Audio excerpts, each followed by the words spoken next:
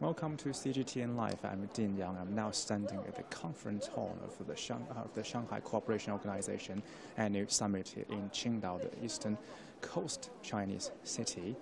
And behind my back, you can see this huge stadium with all the national flags. And you must have guessed that there's going to be a huge event. I think that is correct, because here we are going to witness a signing ceremony as well as the joint press conference attended by all the SCO member states hats. And today, I think it's going to be my first time in my journalistic career to see the heads of state in person. So, although probably you cannot tell my excitement with the camera, but I can tell you that I'm trying very, very hard to contain that excitement in me.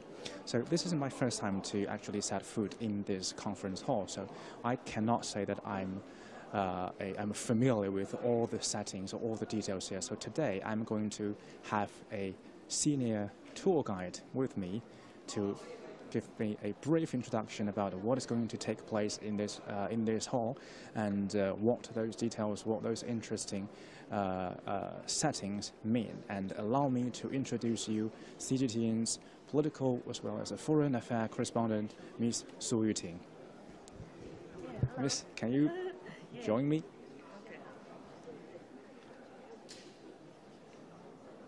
Yeah. Thank you for helping me out today. Thank you for having me. And can you tell me a little bit, can you tell me as well as the audience in front of the camera, what is this place and what's going to happen here? Well, you know that today's meeting is quite significant, and over there you can see the all the 8 national flag of the SCO member states. Is that where they're going to sign documents? But where is the signing is going to take place? Yes, you know that from that part you can see the national flag of India, yeah, and also Kyrgyzstan and Tajikistan and Russia, China, Kazakhstan and Uzbekistan and Pakistan. Yes. All those are the 8 member states of the SCO. But why there are 2 sets of tables? 2 sets of tables. Yes. Okay. In the middle of that are the state leaders of the SCO member states. Mm-hmm. And over there, you can see also the national flag of the 8 members. Yeah, because today's event will be including the signing ceremony of various documents covering a wide range of areas, such as, the regional security, and also trade and economic cooperation and people-to-people exchanges. So we will see those kind of, flags over there, because the leaders and also the ministers from various countries to witness the signing of the, various documents. Yes. So I understand that there are going to be 2 activities, the signing ceremony and the joint press conference. And the signing ceremony will take place around the tables with the green clothes. Yeah, exactly. And the joint press conference will take place, and so the heads of state moving back to the center of the stadium. Is that correct? Yeah, President Xi Jinping will just take the seat over there in the middle, and he will just give us a keynote speech to the outcomes of the SCO summit. Because while we are doing this live stream, the talks among the state leaders are still underway, and we've heard Chinese President Xi Jinping has given the keynote speech, and the President of Russia just finished his speech, as well as the Prime Minister from India. Yeah. So what is your take on these speeches, and what is your observation of this summit? And do you have any contact that you can talk to give us a little more information on? Yes, you know that at the point we are talking about this signing ceremony and also the joint conference held by the leaders from the SCO member states. They're now having the large group meeting and discussion. And I just got the news that President Xi Jinping just announced that China will set up the RMB 30 billion equivalent special lending facility under the framework of the SCO Interbank Consortium. So that will be a very significant move. And today we will also to witness another very significant one, is the Qingdao Declaration, because you know that after China take the rotating presidency last year, it has already held about 160 various activities within the SCO framework. And today, Yeah, it's quite significant one because we will have lots of documents to be signed, including the 5-year plan for the implementation of the long-term implementation of the good neighborliness, friendship and cooperation, and also about the next 3-year plan of the joint collaboration to fight against the separatism, terrorism and extremism.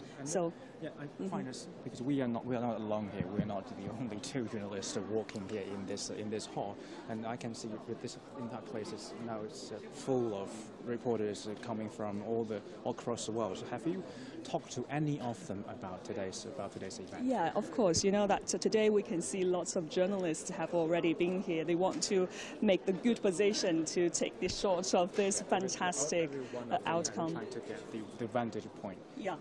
So let's walk through and get their expectations. Okay. Let's get one. Yeah. Hello.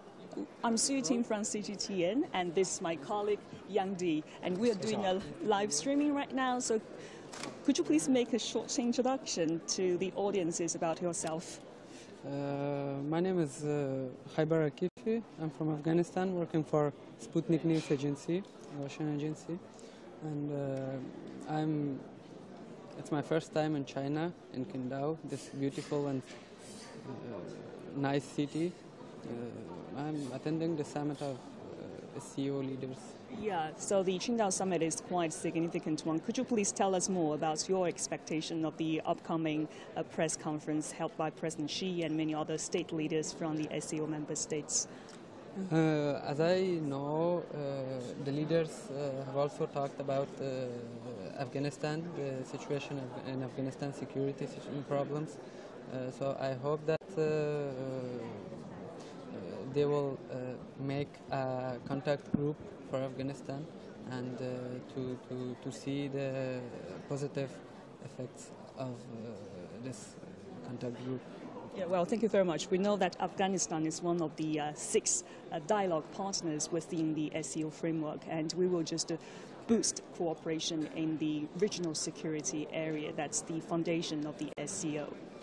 Yes, as His Excellency Ashraf Ghani, President of Afghanistan, told, the SCO could be an important platform for anti-terrorism, international anti-terrorism cooperation. So we hope that one day Afghanistan will be a state member of SCO, and wish the good results of this membership. Thank you. Yeah, of course. We're all looking forward to that. Thank you. Okay. Thank you. Thank you for your Thank time. you. And, Yeah. Let's walk us through. Yeah, we don't want to walk past it. Yeah, we can see lots of. So that we can allow the cameraman just to move Okay. ahead of us. And you can see this is quite a large hall, but it is, I think the unoccupied seats, they are reserved for officials from the 8 countries, aren't they? Mm-hmm. And let me hold this for you. So I just heard he mentioned, actually, I made a few notes of the speeches given by the heads of states, especially one by Chinese President Xi Jinping, and he mentioned the SCO Afghanistan contact group. I think that is a major platform to deal with all the security issues in the country. I mean, we all know that Afghanistan is a war-torn country and they've been battling with terrorism for a very, very long time. And I think now the landscape of fighting terrorism in Afghanistan has changed, if not hugely, because after the defeat of ISIS, so-called Islamic State, and now they need to not just focus on the construction, economic construction, but also I think the SCO is able to help them to enroute to enroute the soil for terrorism. I think that could be one of the focuses of SCO summit. Yeah. So what else that I jot down about this? Yeah, I just I made a few notes before the live coverage, and also like you mentioned, there's going to be 30 billion RMB a special lending facilities, as well as there's a legal service cooperation between two different countries. I mean, that is very practical. I mean, on the grassroots, on the practical level. Now, they're not just talking about the big ideas, big concepts, big conceptions, but they want to put those concepts behind all the practical exercise on the relatively grassroots level. I mean, that is a very, very interesting development, especially given this location. All those big leaders, I mean, they are supposed to talk about big things, but now they focus on the practical points. I think that means that now the SCO is on the gear.